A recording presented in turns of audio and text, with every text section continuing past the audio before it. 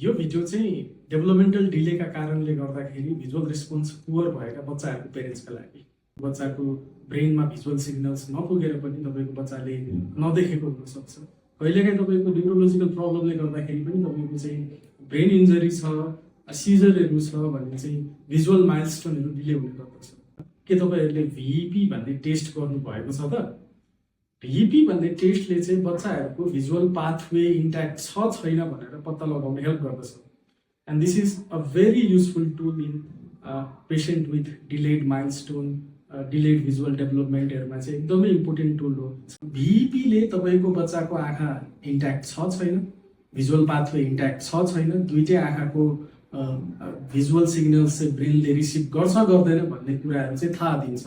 यो थाहा हुँदाखेरि चाहिँ तपाईँको भिजन थेरापी गराइरहनु भएको छ भने बच्चाको भिजुअल प्रोग्नोसिसहरू तपाईँले ट्र्याक गर्न सजिलो हुन्छ। इम्प्रुभमेन्ट भइरहेको छ छैन, चेन्जेस आइरहेको छ छैन भन्ने कुराहरू चाहिँ भिइपीले मद्दत गर्दछ।